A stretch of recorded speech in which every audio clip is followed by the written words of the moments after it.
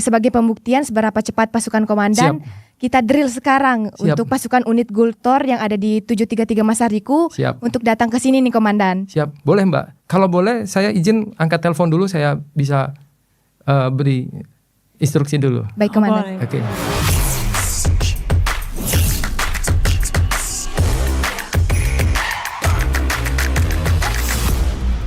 Lawamena haulala, tetap semangat, maju terus, pantang mundur. Prajurit petarung prima. Hai, apa kabar saudara di rumah? Semoga selalu dalam keadaan sehat dimanapun berada. Saya Serdakawat Vera dan partner saya hari ini Serdakawat Nurul yang akan menemani saudara untuk beberapa menit ke depan. Sebelum kita berbincang-bincang dengan narasumber kita, mari kita terlebih dahulu menyapa para saudara di rumah dimanapun berada saat ini. Semoga sehat selalu dan tetap semangat. Di episode kita kali ini tentunya kita kedatangan narasumber yang sangat istimewa nih Nurul. Kamu tahu nggak Nurul narasumber kita hari ini? Wah, kamu belum tahu ya Fer. Nah, kalau dilihat dari video profil satuan yang ditayangkan, beliau ini merupakan komandan salah satu satuan pemukul utama di Kodam kita Fer. Wah, keren sekali. Benar Fer. Baiklah, tanpa berlama-lama lagi, mari kita sapa narasumber kita pada podcast kali ini, Komandan Yonif 733 Masariku.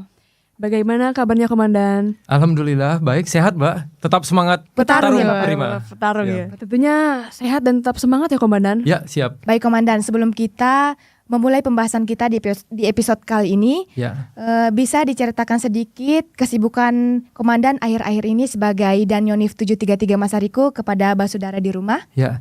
Sebelumnya terima kasih kepada Mbak Nurul dan Mbak Vera pada kesempatan pertama kami bagian dari warga Yonif 733 Masariku, saya selaku Komandan Batalion untuk bisa hadir di sini untuk aktivitas hari ini dan beberapa hari belakangan kami selalu untuk melaksanakan kegiatan pemeliharaan kemampuan prajurit dalam rangka untuk menjaga dan meningkatkan profesionalitas kami selaku prajurit, Mbak.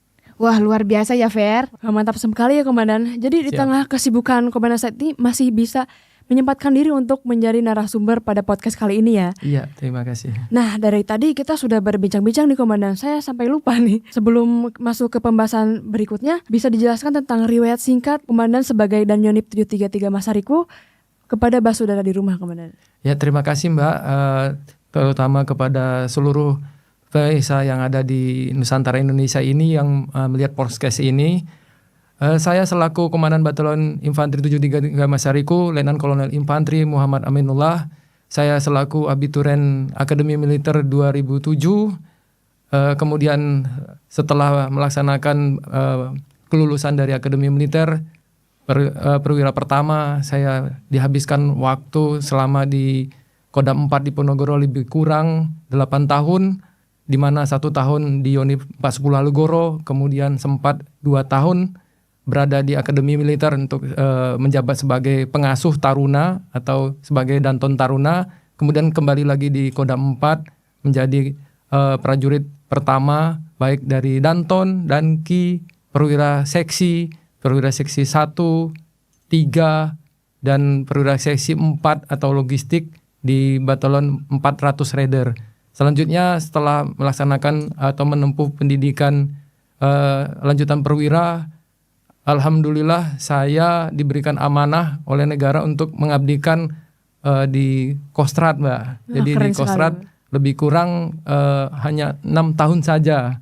Di sana dari Wadanyon, kemudian kepala seksi spes atau seksi personalia di brigade, kemudian di divisi, dan sebelum saya menjadi Komandan Batalion, saya sempat di Markas Komando Strategis Angkatan Darat, jabatannya sebagai Pabandia Lurjahril, penyaluran dan kesejahteraan moral prajurit di Kostrad. Demikian Mbak. Wah, memang luar biasa ya Fer. Luar biasa sekali ya. Baik Komandan, bisa di-spill sedikit nih latar belakang kehidupan Komandan, seperti tanggal lahir, kapan, di mana, dan mungkin istrinya bisa di-spill sedikit, namanya siapa? Ya, oke Mbak, terima kasih.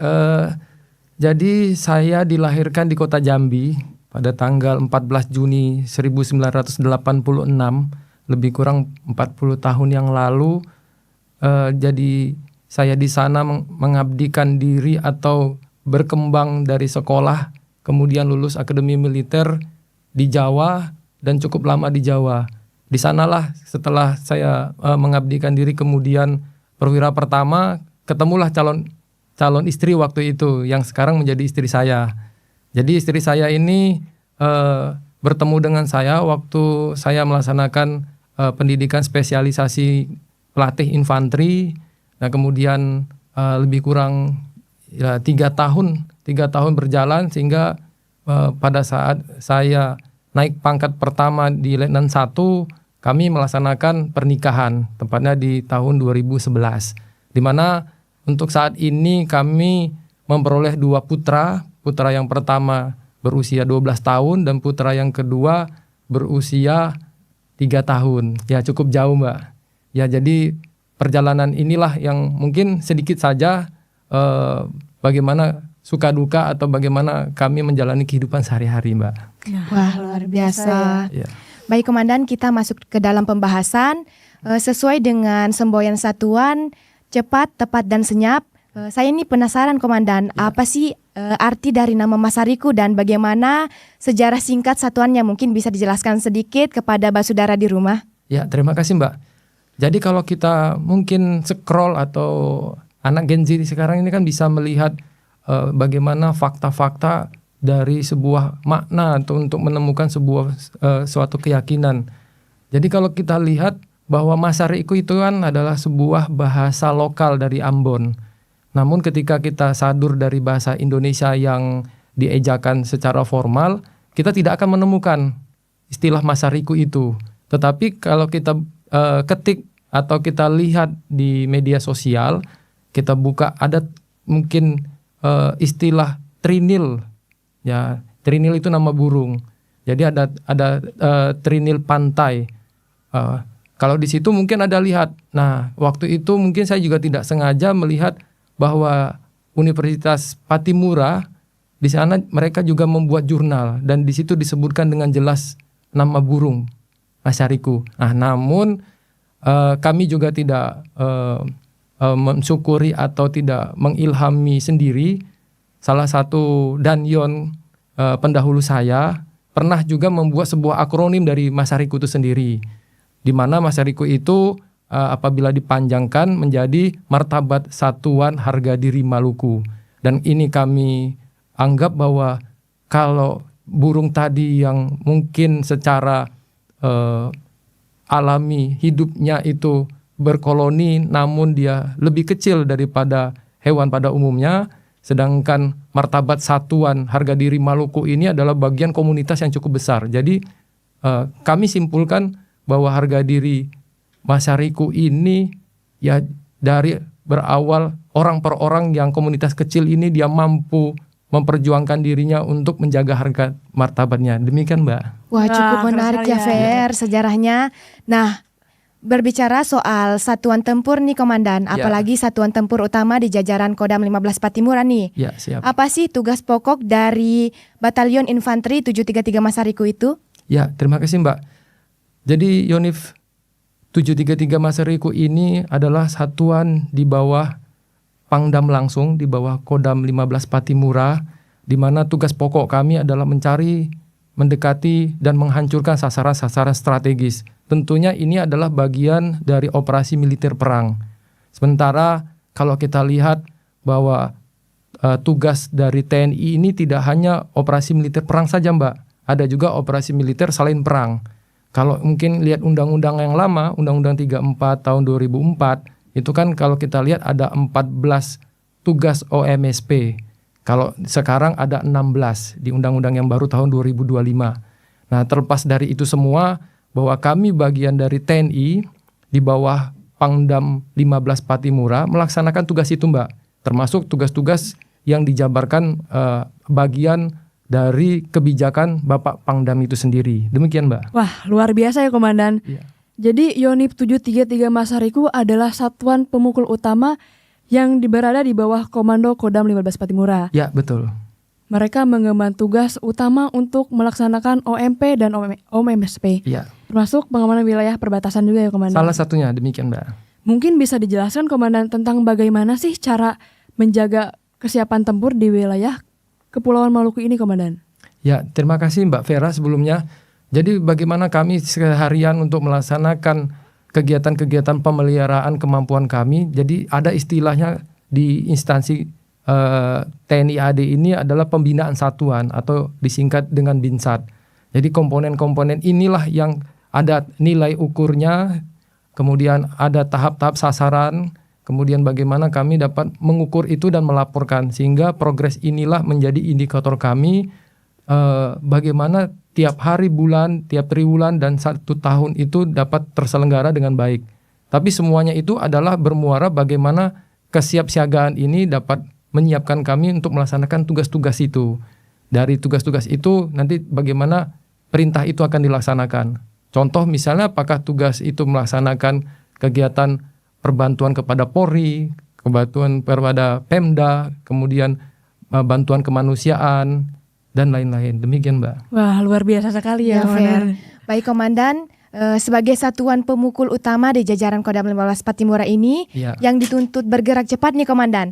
Boleh nggak nih Komandan sebagai pembuktian seberapa cepat pasukan Komandan kita drill sekarang untuk pasukan unit Gultor yang ada di 733 Masariku untuk datang ke sini nih Komandan. Siap, boleh Mbak. Kalau boleh saya izin angkat telepon dulu, saya bisa beri instruksi dulu. Baik Komandan. Oke. Boleh.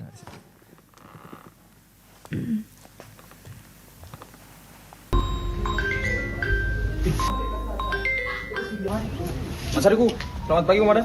Izin 7 Komandan. Siap Komandan. Siap. Kami kirimkan 1 tim. Kodam Komandan. Siap melaksanakan. NT Santo solta putaria porra. Esse é o NT Santos, fita tudo. Perhatikan, perintah dari komandan. 1 tim siaga melaksanakan serpas menuju Kodam. Go!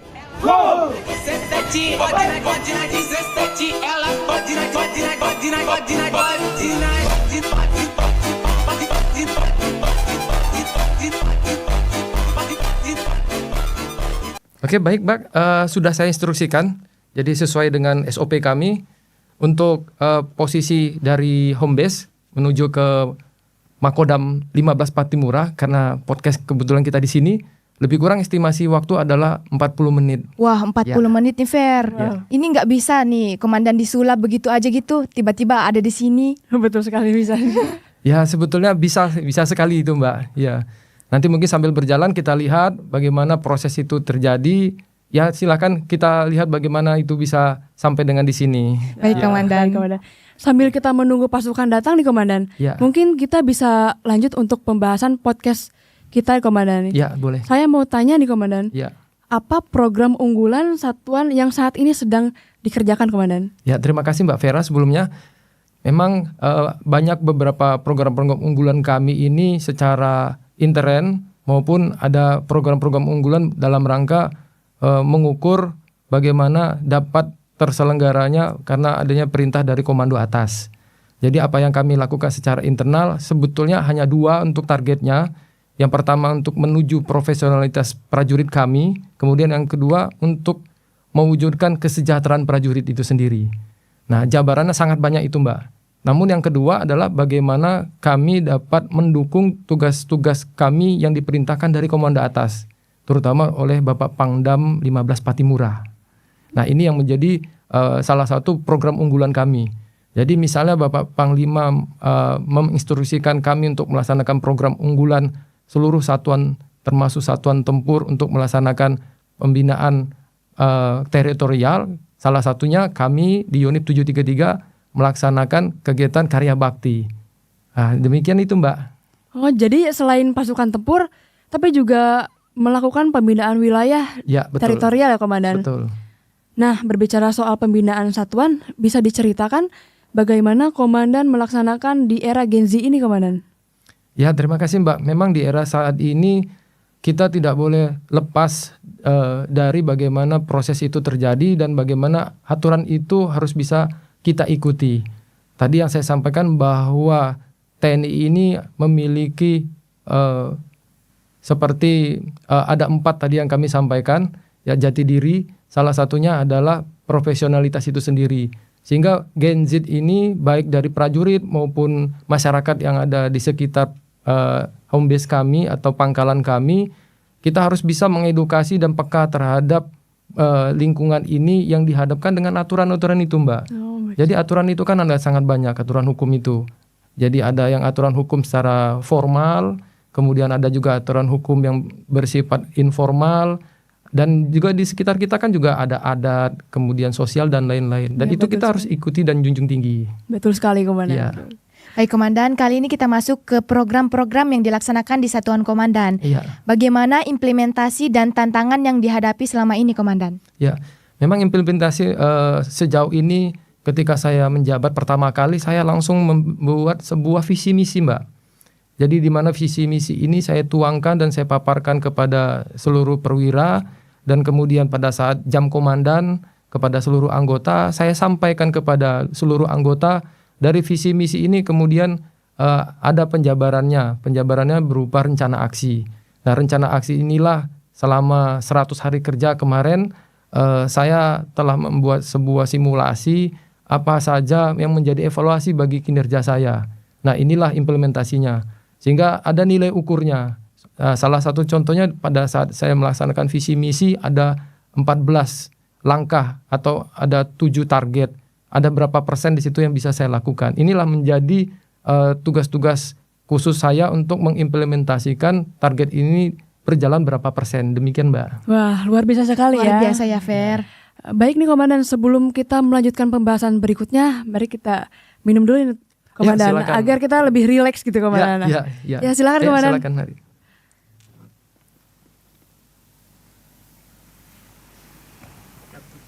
Oke, Komandan, gimana? Udah rileks apa masih tambah tegang ini, Komandan? Ya, sudah lebih rileks. Ya. Keren sekali. Baik, Komandan, memang prajurit Mas Hariku ini memang prajurit petarung prima gitu, Komandan. Ya, siap. Yang diharapkan oleh Bapak Pangdam Niwelos Patimura. Nah, tentunya tiap Binsat memiliki output berupa prestasi nih, Komandan. Ya. Bisa diceritakan soal prestasi yang sudah ditorehkan oleh prestasi satuan, prajurit, persit maupun keluarganya nih, Komandan. Terima kasih Mbak Vera sebelumnya. Jadi untuk prestasi yang paling tinggi atau tertinggi yang dapat kami capai oleh Satuan Yunif 733 Mas Hariku ini adalah, kalau mungkin Mbak ingat di masa Ton Tangkas waktu itu yang diselenggarakan oleh Angkatan Darat, Mbak. Iya, betul. Nah, di sana yang mewakili petarung Patimura, jadi Yunif 733 Mas Hariku ini mendapatkan juara 1 umum, Mbak. Wah, keren sekali, Komandan, luar biasa sekali. Jadi waktu itu masanya tidak hanya materi-materi satu-satu saja, tapi seluruh materi kemudian diakumulasikan. Jadi seluruh materi prajurit, jadi materi militer ya, bukan materi oraum. Karena materi olahraga umum beda dengan olahraga militer. Ya, saat itu pada saat melaksanakan pertandingan Pelton Tangkas itu materinya seluruhnya materi militer, Mbak. Jadi di sana ada renang militer, kemudian menembak senapan, pistol, HTF, cross country dan lain-lain. Jadi semua materi militer, di mana unit 733 ini keluar menjadi juara umum di saat itu. Nah, kebetulan pada saat 2016, Mbak, saat itu keluar di 2017. Jadi komandan batalion saat itu, Letkol Infantri Lukas Sadipun, bersama dengan dan Yunif 400 Banteng Redes. Saat itu saya selaku Pama, salah satu danki di sana. Wah, jadi cerita sejarahnya waktu itu bahwa 400 adalah salah satu satuan yang keluar sebagai satuan terbaik prestasi tugas dalam negeri. Kemudian Yunif 733 Mas Hariku selaku satuan yang mendapat predikat juara umum di Pelton Tangkas. Sehingga di tahun 2017 Satuan Yunif 400 Banteng Redes menjadi main body, dan sejumlah 1 pelton tadi yang menang juara Ton Tangkas tingkat Angkatan Darat itu ikut di main body 400. Nah, di sanalah saya ketemu dengan anggota prajurit-prajurit tangguh ini. Tepatnya waktu itu di Satgas Indobat 23L di Libanon selama lebih kurang 12 bulan atau 1 tahun, Mbak, dari 2017 sampai dengan 2018. Nah, kemudian ada juga prestasi-prestasi lain, Mbak. Prestasi yang dilakukan prajurit, kemudian persit Nah, itu juga cukup banyak, cukup memukau. Namun kalau saya sampaikan satu-satu, waktunya tidak cukup, Mbak. Betul cukup sekali, banyak Komandan. itu, Mbak. Namun yang besar saja yang tadi cukup menjadi bagian bahwa inilah kebanggaan dari satuan kami Masariku, Mbak. Luar Wah, biasa. luar biasa, cukup banyak ya Fer prestasinya. Banyak sekali. Oke Komandan, lalu apa saja sih reward yang Komandan bisa berikan kepada prajurit dan persit yang berprestasi tersebut?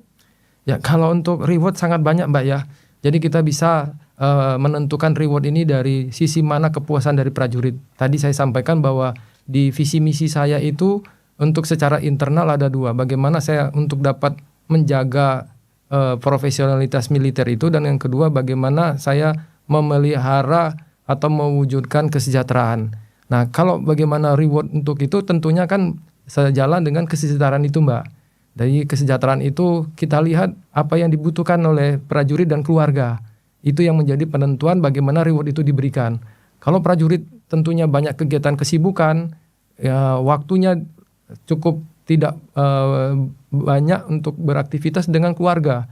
Sehingga itulah salah satunya mungkin menjadi kebijakan atau penentu dari memberikan reward itu. Memberikan reward dalam bentuk libur, kemudian memberikan reward dalam bentuk penghargaan prestasi, ya, kemudian dalam bentuk memberikan tali asi dan lain-lain. Itu banyak sekali, Mbak, banyak.